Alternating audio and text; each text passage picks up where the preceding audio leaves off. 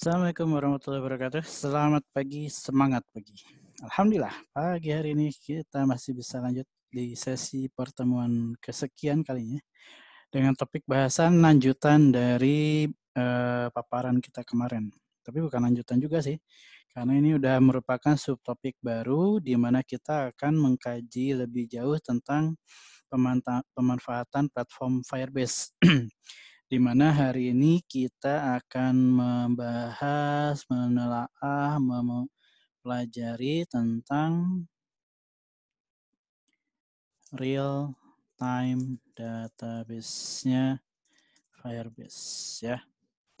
Oke, jadi ini yang kita pelajari real time database. Oke. Nah, teknologi ini kita perlu pahami terlebih dahulu ini punyanya Firebase. Oke. Nah, walaupun namanya database, dia punya beberapa fakta yang unik yang berbeda dengan persepsi kita tentang database. Ya, nanti kita akan lihat. Di antaranya adalah, mungkin kita buka dulu sekarang, bahwa real time database ini ya tidak terlalu sama ya, tidak terlalu sama dengan struktur database biasa. Karena dia bersifat JSON structure. Ya. Jadi struktur penyimpanan datanya itu menggunakan struktur JSON. Ya, kita tahu sendiri kalau JSON itu, mungkin saya langsung tunjukkan saja ini yang di demo suka-suka. Bentar.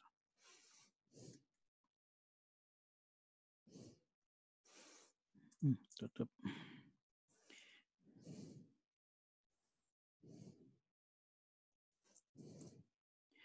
Kita buka dulu Firebase console-nya.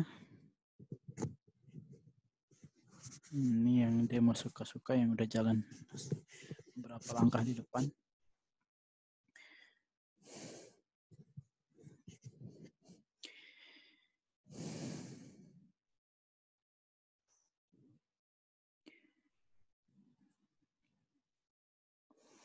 Nah, ini dia real time database. Strukturnya itu seperti ini jadinya.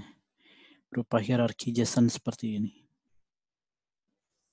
Paham ya? Jadi nanti satu database itu diwakili dengan yang atas ini, suka-suka. Mengikuti dengan nama proyeknya kita. Kemudian hierarki di bawahnya, satu tingkat di bawahnya ini adalah kalau kita ilustrasikan dia kayak tabelnya. Jadi ini ada table message, ada table user. Oke, tapi karena sifatnya JSON, maka untuk satu hierarki ini bisa kita langsung isi value tertentu. Jadi kayak ya kalau JSON kan gitu ya, ada key, ada value, ada key, ada value gitu kan ya. Selama sudah memenuhi syarat itu, maka kita langsung bisa ngisi data. Sehingga hierarki message sama user ini kalau dipercisamakan dengan table di dalam database biasa, itu agak-agak kurang pas juga sebetulnya. Ya, karena dia memungkinkan di level ini kita langsung isi field yang fieldnya ini nggak tahu dia field kolom apa gitu kalau di dalam si struktur table biasa. Karena itulah mindsetnya agak sedikit harus dirubah nanti ketika akan berinteraksi dengan real time database ini. Oke. Kemudian fakta berikutnya lagi adalah karena ini memungkinkan mengadopsi struktur JSON dan kita tahu JSON itu bisa nested hierarki itu kan ya, maka si Firebase memberikan batasan tingkat atau panjangnya hierarki daripada si struktur tersebut. Ini kita bikin gini aja ya. Dia hanya bisa sampai 32 tingkat hierarki. Jadi tidak bisa lebih dari ini. 32 ini pun juga sebetulnya perlu dipertimbangkan tentang mekanisme denormalisasinya, karena kalau kita tidak memperhatikan aspek denormalisasi, artinya si hierarkinya itu dibuat single root gitu ya. Single root itu berarti dari paling atas cuma satu table anggap ya. Di table itu ada sub table. Jadi dari satu table beranak menjadi sekian banyak sub table. Nah, itu ternyata struktur dan hierarki yang kurang baik. Jadi sebisa mungkin kita harus bisa menstrukturkan si database itu seminimal mungkin untuk effort yang kita keluarkan saat kita akan membacanya nanti, gitu ya. Jadi pinter-pinternya kita nanti. Jadi kalau misalkan di sini nih yang diilustrasikan dengan 32 tingkat yang kurang efisien itu adalah kayak gini. Di suka-suka ini ada users, di bawah user ini kita boleh nih buka sub table tertentu gitu ibaratnya ya. Misalkan user publik misalkan. Di bawah publik ada lagi apa gitu. Terus bawah sampai 32 tingkat. Nah, itu kurang bagus ya. Paling tidak ikuti hierarki kayak di dalam database biasa. Jadi kita anggap user ini satu table, dia punya beberapa field. Nah, fieldnya itu kita definisikan dalam satu node tertentu dan sudah berhenti sampai sini. Jadi ini kalau kita ibaratkan, saya punya user dengan ID 1 dan isinya adalah ini. Nah, ID ini tuh kita nanti kondisikan. Kita harus kondisikan nih ID yang terasosiasi dengan ID si usernya. Nah, andai kata si user ini berelasi dengan role, misalkan ya dengan table role, bikin lagi nanti di bawah suka-suka ada role. Nah, di dalam hierarkinya si satu ini tambahin role ID. Sehingga ada relasi di sana. Nah, pintar-pintarnya kita membangun relasi one to many, dan lain sebagainya. Ya, seperti itu. Oke. Sehingga nanti memudahkan kita juga untuk melakukan transaksionalnya itu sendiri. Oke, nah itu kurang lebih konsep dasarnya yang teman-teman harus ketahui ya nanti ketika akan berinteraksi dengan si Firebase. Kemudian berikutnya lagi adalah tentang bagaimana cara pemanfaatannya. Nah, untuk cara pemanfaatan kita biasa buatkan dulu diagramming daripada si sistem yang kita akan coba lengkapi dengan Firebase ini. Seperti biasa. Karena ini kita lagi di masa riset gitu ya, maka kita tidak menempelkan fungsionalitas ini di dalam activity tertentu ya. Kita tempel aja dulu sampai kita mengetahui karakteristik, cara ngisi data, cara baca data, dan behavior lainnya. Jadi di sini kita akan memanfaatkan si aplikasi yang sudah kita buat saja, suka-suka ya, dan kita akan fokus di activity login ya. Di login activity, nanti di sini di bagian on create-nya itu sudah ada testing untuk mengisi data ya. Nah, nanti kita mulai manfaatkan di sini si tombol ya. Kita punya tombol kemarin ya, tombol login di sini. Nah, tombol login ini kita akan manfaatkan sekarang untuk men-trigger pengisian data tambahan atau mengupdate data ya. Nanti kita akan pelajari prinsipnya bagaimana cara dia melakukan pengisian data dan updating data. Oke ya. Nah, di sini tentu kita tidak menggunakan database RDBMS yang MySQL dan sebagainya ya. Kita akan gunakan si real time database di sini ya. Ini Firebase. Kita sudah punya di sini ada real time database. RealTime-DB ya. Bisa paham kan? Real-time database, dan kemudian nanti di sini akan ada seperti biasa transaksional data yang kemudian dibangun. Ya, seperti itu. Oke, nah ini adalah model komunikasi yang nanti akan dibangun di dalam si sistemnya kita.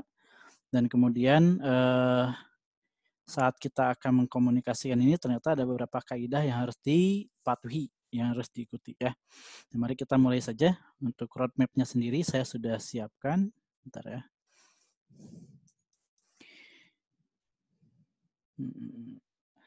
Untuk roadmap dalam pemanfaatan real-time database ini kurang lebih seperti berikut. Ya, ini akan jadi checklist kita. Dari mulai menggunakan Firebase Assistant, bangun koneksi ke Firebase Console-nya, sampai nanti ke fungsi insert data. Ya, hari ini sampai situ aja, nggak terlalu lama ya. Dan mohon maaf ini saya langsung recording offline ya, karena ada keperluan di schedule biasa kita. Jadi kita mudah-mudahan tetap bisa mendapatkan manfaatnya ya. Oke, sebentar, saya siapkan dulu project-nya.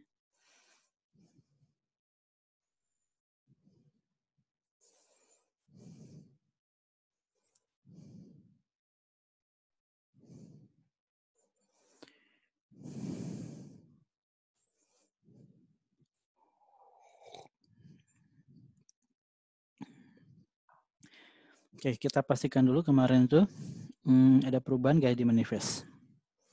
Enggak langsung ya. Jadi pas jalan login activity-nya langsung tereksekusi. Kita testing dulu. Kita ke login activity. Kita bikin pakai loket aja ya, biar luas. Oh iya, kemarin kita sudah sampai bikin fungsi registrasi ya. Ini kita akan komen dulu. Oke. Biar tidak membingungkan ya. Ini kita komen. Ya, sudah cukup. Oke, kita testing dulu. Kita akan bikin penanda dulu. Real time database section.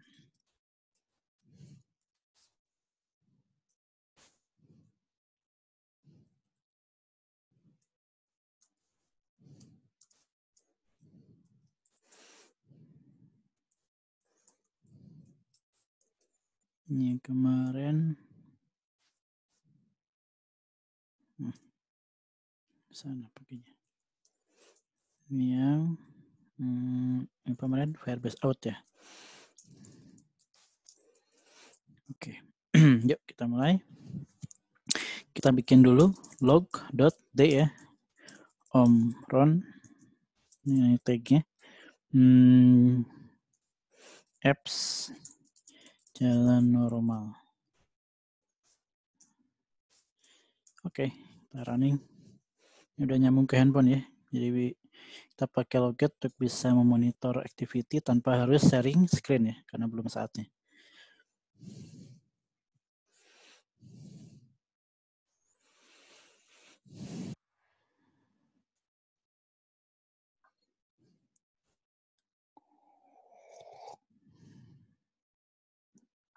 Oke, sudah jalan ya. Baik, kita mulai saja. Langsung masuk ke checklist yang pertama, yaitu masuk ke tools. Bentar. Apa ini? Masuk ke tools, klik Firebase ya. Seperti biasa. Nah, di sini kita pilih yang real-time database. Kemudian di sini ada satu link, yaitu save and retrieve data. Oke, nah di sini karena tadi udah sempat buka si Firebase console-nya, berarti udah connected ya. Tapi kalau belum, Anda tinggal klik sini ada tombol ya, connect to Firebase. Wah, ada tuh apa itu balapan nih. Oke, kemudian berikutnya kita akan mulai add the real-time database to your project, to your app. Nah, ini berarti ngambil library ya, Firebase database. Apply change, biasa nambahin library ke Gradle ya. Oke, sukses semua, aman. Kemudian berikutnya lagi adalah, nah ini dia mulai melakukan konfigurasi Firebase database rule. Ini maksudnya adalah, mari kita lihat, sekarang kita berkunjung ke projectnya kita. Kita akan kembali ke dashboardnya, kita pilih yang suka-suka. Nah, yang dimaksud dengan poin yang ini, kalau Anda baca ya, ini ke kanannya ini, nah jadi, oke. Ini kalau Anda baca silakan ya. Ini mengingatkan kepada kita bahwa database ini tuh pada dasarnya di lock, ya di lock. Sampai kemudian kita yang mengatur sendiri, terserah. Artinya ya tidak sembarangan orang bisa mengakses database ini. By default, mereka yang sudah terautentikasi lewat prosedur yang kemarin, itu yang bisa mengakses ke sana. Nah, andai kata pun kita mau memodifikasi rule itu nggak ada masalah. Cuman resiko ditanggung sendiri, itu bacanya dia, ya tulisannya dia. Nah, itu memang kadang dibutuhkan selama fase development. Nah, lagi fase development daripada ribet-ribet harus login lagi hanya untuk mengunjungi halaman yang ada real-time database-nya, kan ribet ya. Maka ini bisa kita abaikan, namun ada resiko. Nah, resikonya adalah selama proses development ini memungkinkan siapapun yang tahu akses ke sini itu bisa melakukan modifikasi terhadap database-nya kita. Nah, yang dimaksud dengan real-time database itu adalah di sini. Anda klik database, halaman pertama yang muncul adalah seperti ini. Ada yang ada beberapa tipe database yang disediakan oleh Firebase. Ada yang namanya Cloud Firestore, Ini luar biasa, ini powerful banget, tapi cukup lumayan harus di manage dan dikonfigur ya. Nah, ada juga yang sifatnya real time database. Nah, ini yang kita akan pakai. Cara pakainya gimana? Nah, ini klik dia, buat database. Just. Nah, disinilah muncul pengaturan yang tadi. By default, kondisinya itu di lock. Di lock itu berarti tidak bisa di read, tidak bisa di write. Kecuali kita menambahkan konfigurasi yang tadi, hanya user yang sudah terautentikasi yang boleh melakukan mode read and write. Tetapi kalau dia belum terautentikasi, maka status si database ini adalah false. Read dan write-nya false. Ya. Nah, karena kita lagi masa development, maka kita pilih yang bawah. Nah, silakan perhatikan di sebelah kanannya, rules untuk read and write-nya dibikin true dua-duanya. Nah, dia ngasih warning ya, gitu kan ya. Jadi siapapun yang tahu referensi ke database ini tentu bisa melakukan query secara bebas. Itu resikonya ya. Jadi jangan lupa, kalau Anda mau menggunakan Firebase, sebelum diluncurkan ke publik, pastikan ini sudah di lock ya. Nah, pengaturan yang tadi itu bisa kita resetting ulang nanti di tab aturan ini. Ya, ini kita bisa atur lagi nanti lebih jauhnya ya. Oke, nah dengan prosedur ini maka secara tidak langsung kita sudah memiliki satu buah database. Ya, dalam hal ini adalah suka-suka. Nah, strukturnya adalah JSON, makanya setiap node itu dianggap sebagai satu key dan kita bisa isi value-nya. Nah, ini value ini kalau saya isi, ini berarti langsung kita berencana membuat beberapa database. Dia suka-suka, database apa, suka-suka, database apa, dan sebagainya. Tapi kalau enggak, saya menggunakan default database-nya. Nah, untuk itu maka kita akan lanjutkan ke proses berikutnya. Jadi yang barusan kita jalankan adalah mengatur database rule di Firebase-nya. Nah, yang berikutnya ini adalah mulai menuliskan sesuatu ke dalam si Firebase-nya. Nah, di sini kita akan membuat objek terlebih dahulu. Ada dua objek yang kita akan buat, yaitu Firebase Database yang pertama. Yang kedua adalah si referensi, database reference. Nah, ini kita akan deklarasikan secara publik di kelasnya ya, secara global di kelasnya. Berarti kita taruhnya di atas mirip seperti yang out kemarin. Private, paste, koma, kemudian tekan Alt Enter untuk nge-import ya. Tadi kan merah ya. Nah, ini kan merah ya. Dia akan menginsertkan Firebase Database. Tekan Alt Enter atau gunakan lampu ya kemarin tuh. Mana lampunya? Nah, ini dia ya. Gunakan lampu import class. Maka dia akan menambahkan ini nih yang di atas ini, Firebase Database. Yang kedua adalah buat si objek database reference. Kita bikin my ref misalkan ya. Ngikutin dia aja. Oke, kemudian Alt Enter seperti biasa. Import class. Dan sudah cukup. Itu ini deklarasinya. Nah, sekarang kita mulai melakukan inisialisasi. Di onCreate seperti biasa kita bikin inisialisasi untuk masing-masing database. Kita gunakan Firebase database get instant. Oke. Nah, ini dia yang pertama, berarti ini ngambil yang root-nya. Kemudian berikutnya bikin asosiasi ke sebuah referensi table tertentu. Nah, kita gunakan si myref di sini. Database get reference, kemudian masukkan di sini misalkan dia bilang message, saya bikin MSG saja. Nah, ini tidak serta-merta ketika dieksekusi dia langsung dibuatin dari sini, enggak. Jadi kita harus siapkan dulu tabelnya. Mirip lah kayak kita di dalam si struktur biasa gitu ya. Seperti itu. Oke. Kita tambah dulu ya. Add.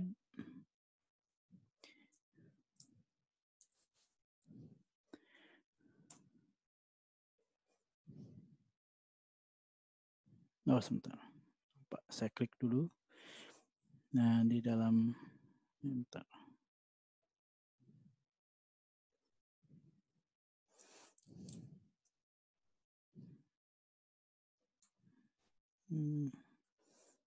Terus saya add MSG.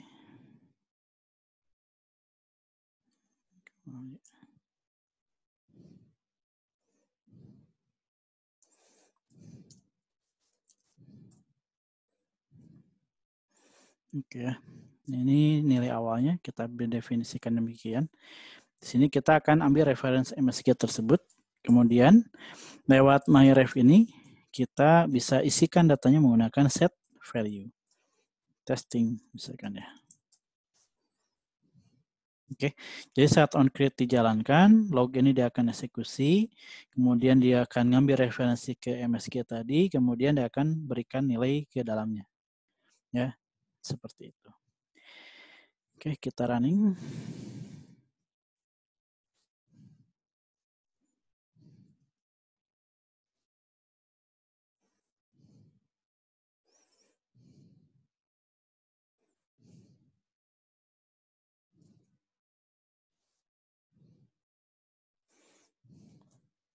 Oke, perhatikan, waduh, saya harusnya di sharing. Ya, ini berubah jadi testing ya. Kita rubah lagi, bentar. Kita rubah lagi, misalkan selamat berakhir pekan. Nah, lihat ya. Ini saya running ya. Saya running, kemudian kita pantau di Firebase Console-nya.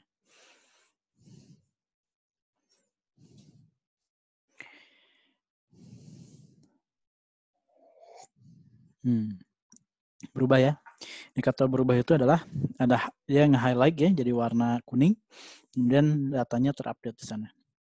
Jadi kalau Anda sebagai DBA-nya enak nih kalau ngelihat begini tuh ada aktivitas atau enggak di aplikasi itu kelihatan dari munculnya warna sesaat tadi, kuning, hilang gitu kan ya. Itu menarik gitu. Oke, paham ya? Udah gitu doang. Jadi untuk menuliskan data ke dalam si database itu cukup pakai set value, selesai sudah. Paham ya? Nah, sekarang kita akan bikin skenario di mana saya kan punya tombol login di halaman login ini tuh.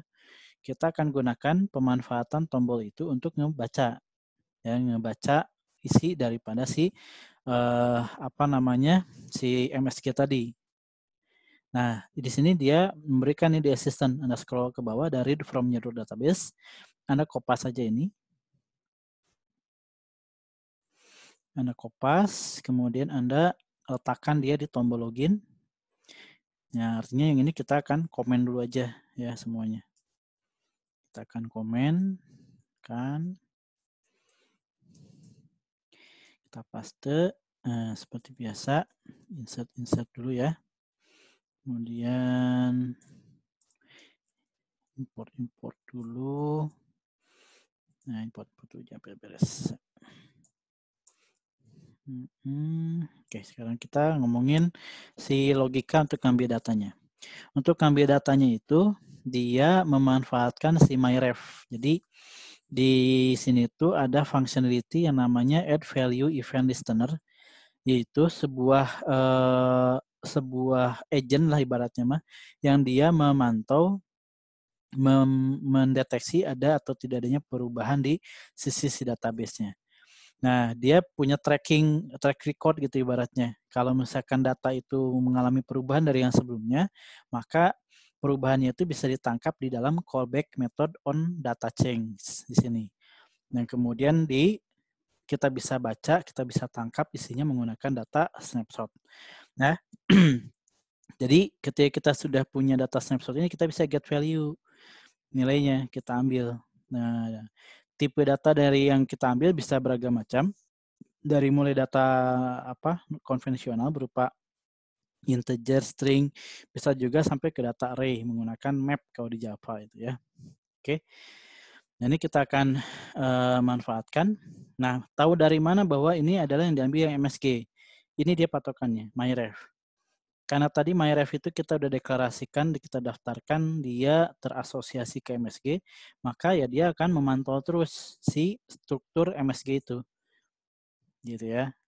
Jadi kalau Anda punya beberapa buah tabel yang lain, maka Anda bikin refresh yang berbeda-beda. Nah, nanti seperti kita akan lakukan. Oke, nah di sini kita akan ambil data menggunakan get value, kemudian kita akan tampilkan di locate ya. Biasa kita filter menggunakan tag ini. Kita ganti data dari server.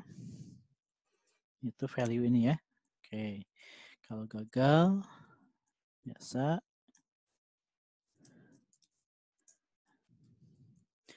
Ambil exception-nya ya, seperti yang kemarin udah kita bahas. Oke, kita running. Kita pergi dulu ke Firebase console-nya.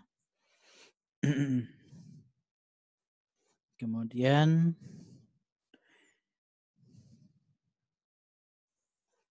kita akan, udah kebuka ya. Sekarang kita akan fokus di locate-nya sekarang. Di locate lokal, saya filter dulu. Mana filternya? Kok hilang? Oke lah. Cus. Nah ini dia. Saya tekan tombolnya nih. Muncul kan? Data dari server selamat berakhir pekan. Ya kan? Kita coba iseng ya di servernya, kita ganti langsung direct ya. Bro. Nah. Oke, berubah ya. Berubah. Kita lihat sekarang di Rocketnya. Berubah nggak? Langsung berubah kan? Ya, yang tanpa saya ngeklik pun dia berubah karena on data chain. On data chain itu kayak gitu. Ya, jadi di trigger, kalau di trigger jelas jalan dia. Tapi ketika nggak di trigger pun, ketika memang ini sudah listernya jalan, dia akan langsung bereaksi ketika ada perubahan tertentu di sisi servernya. Contoh kita hapus.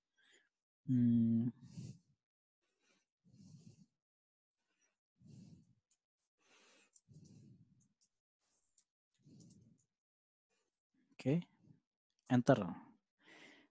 Oke, kita cek. Nah, berubah kan ya? Jadi setiap saya melakukan perubahan terhadap si data tersebut, maka bisa kita ambil informasinya di on data chain ini. Jadi cukup menarik ya.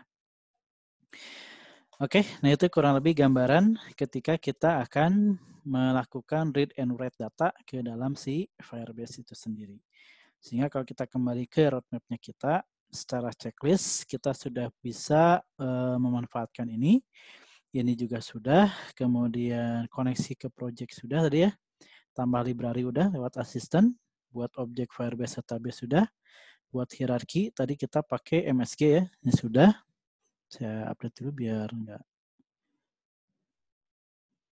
Kita jadinya MSG tadi, ini sudah. Kemudian buat referensi ke MSG tadi juga sudah.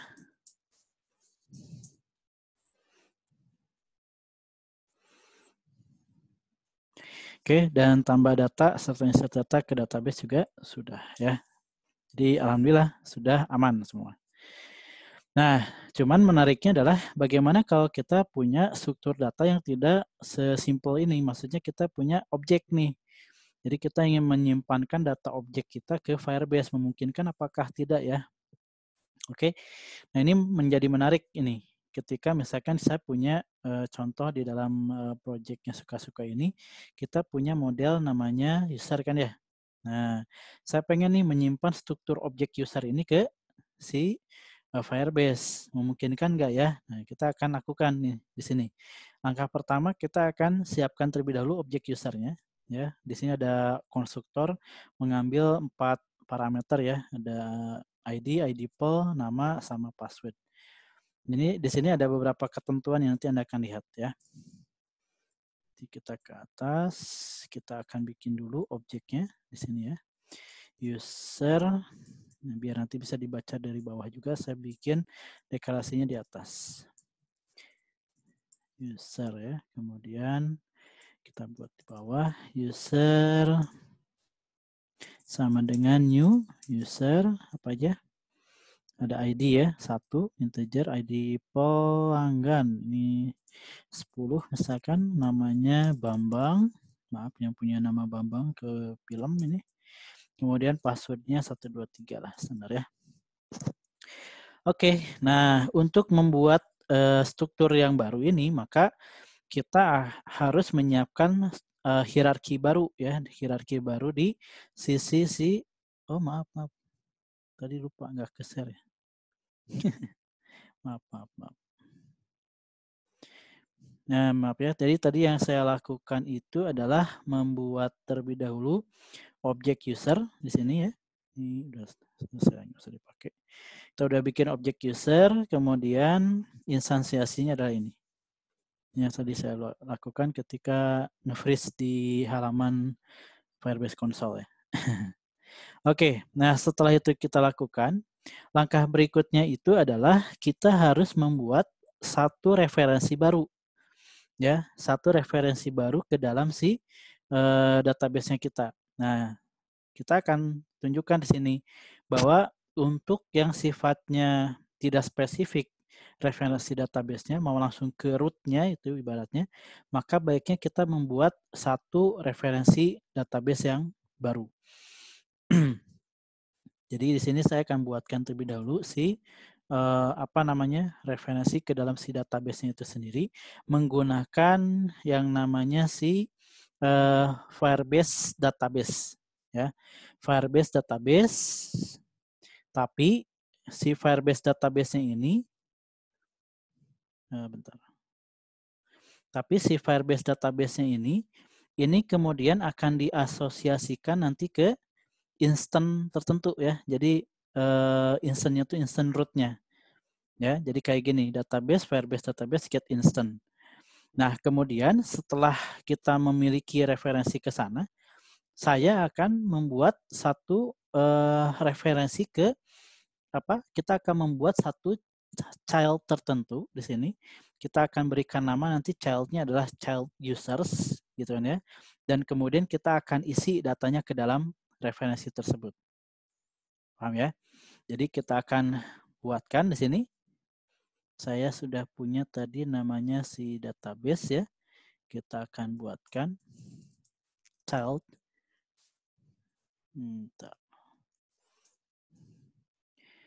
Firebase.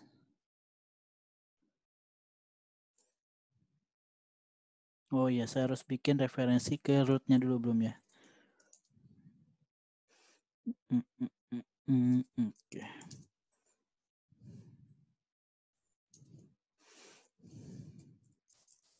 Private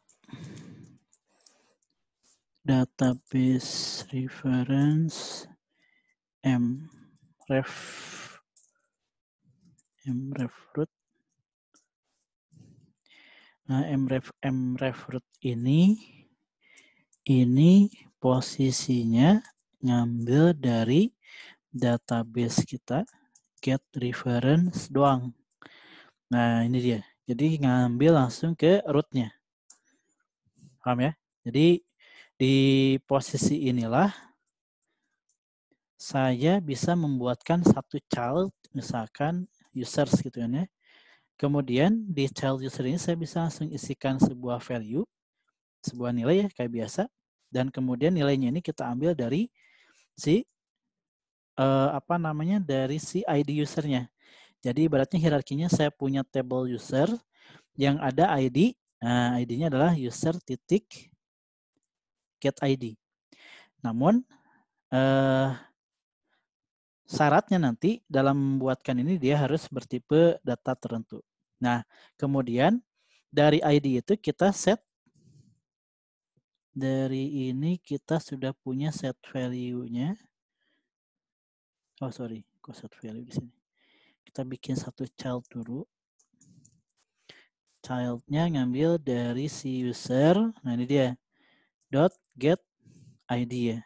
Nah, jadi ada child user, di bawah child user ada child satu lagi yaitu untuk user pertama.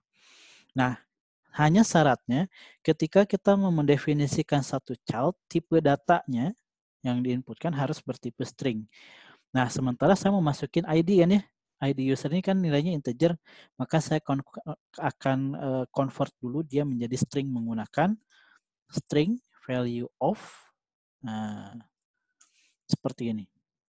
Jadi si ID ini menjadi value untuk untuk turunan daripada si users.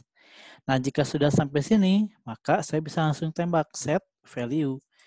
Saya masukkanlah objek kita yang kita punya tuh, yaitu user. Gitu ya. Nah, karena si user ini sudah menggunakan struktur objek, maka dia bisa mengerti bagaimana cara menatanya nanti di Firebase-nya. Jadi dari ilustrasi ini bisa kita bayangkan, kita punya dua hierarki ya. Hierarki paling atasnya user, punya turunan yaitu ID dari user pertama. Ya. Kemudian si child subchild yang tersebut itu memiliki nilai berupa objek dari usernya. Ya. Nah, ini kita akan running, terus kita akan berpindah ke si Firebase console.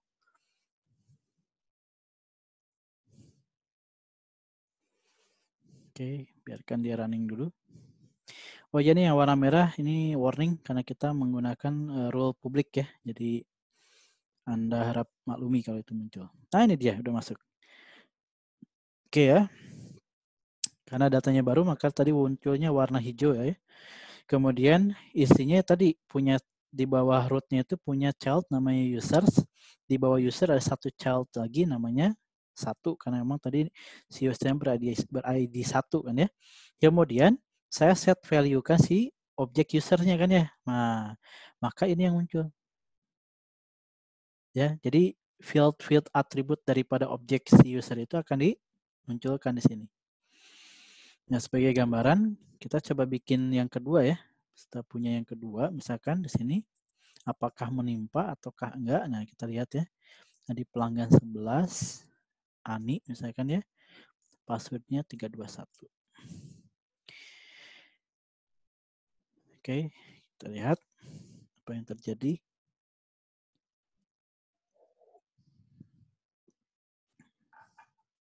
Oke, nambah ya. Jadi, selama dia ngereferensi ke child yang berbeda, maka dia jatuhnya adalah nge-insert. Nah, kan gitu kan ya. Itu gambarannya. Oke, nah sekarang kita akan manfaatin fungsi login, tombol login untuk ngebaca data. Oke, kita akan memanfaatkannya untuk membaca si datanya. Di struktur yang tombol login. Nah, berarti di sini ya. Nah, kita akan baca si data yang sudah masuk tersebut di level usernya ya. Seperti itu.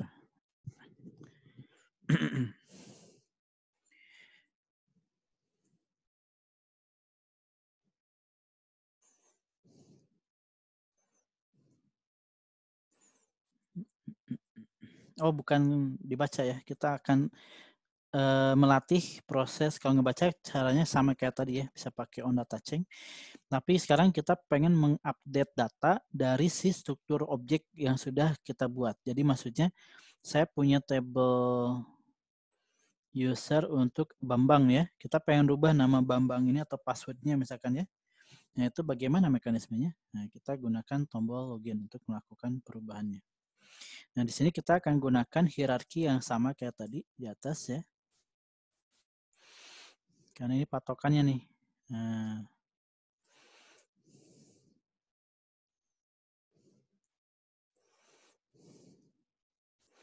Nah, ini penentunya itu adalah bagian paling belakangnya.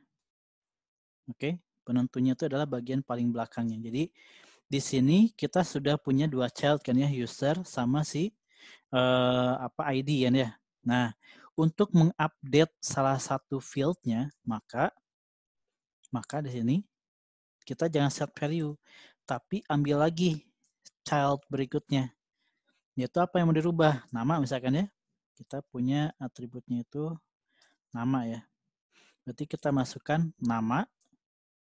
Oke, kemudian titik, baru set value. Misalkan Bambang Sunario. Misalkan ya. Jadi kalau Anda lihat ini hierarkinya menjadi users, ini ID-nya, ini si nama. Ya, itu setara dengan visualisasi ini. Users, ID-nya, nama. Paham ya? Jadi ini yang akan berubah. Oke, kita jalankan.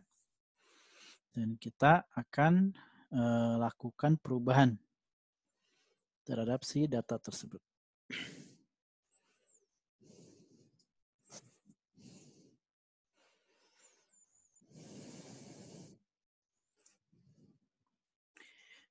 Udah ke running.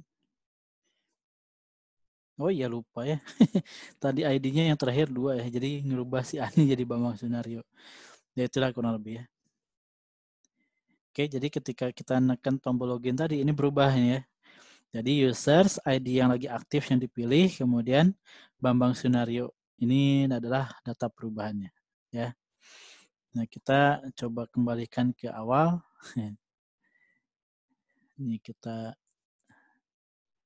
ini kan 2 ya. Kita ganti jadi tuker aja ya. 1 jadinya si Ani ya. 1 Ani, kemudian nanti kita rubah jadi Ani Susanti.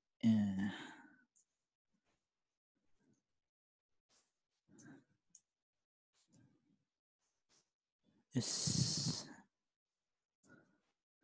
Susanti. Oke. Kita running dulu.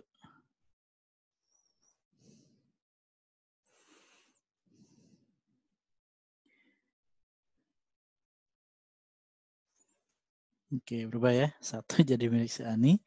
Kita tekan tombol login. Nah, berubah ya. Jadi Ani Susanti. Gitu ya. Oke. Nah, itulah kurang lebih gambaran tentang pemanfaatan si Firebase untuk kebutuhan penyimpanan data. Dan hingga pagi ini berarti kita sudah bisa melihat ya tentang kemampuan atau fitur yang dimiliki oleh si Firebase untuk ngehandle transaksional data. Nah, cuman Anda harus pinter-pinter dan harus hati-hati memahami struktur daripada si JSON-nya.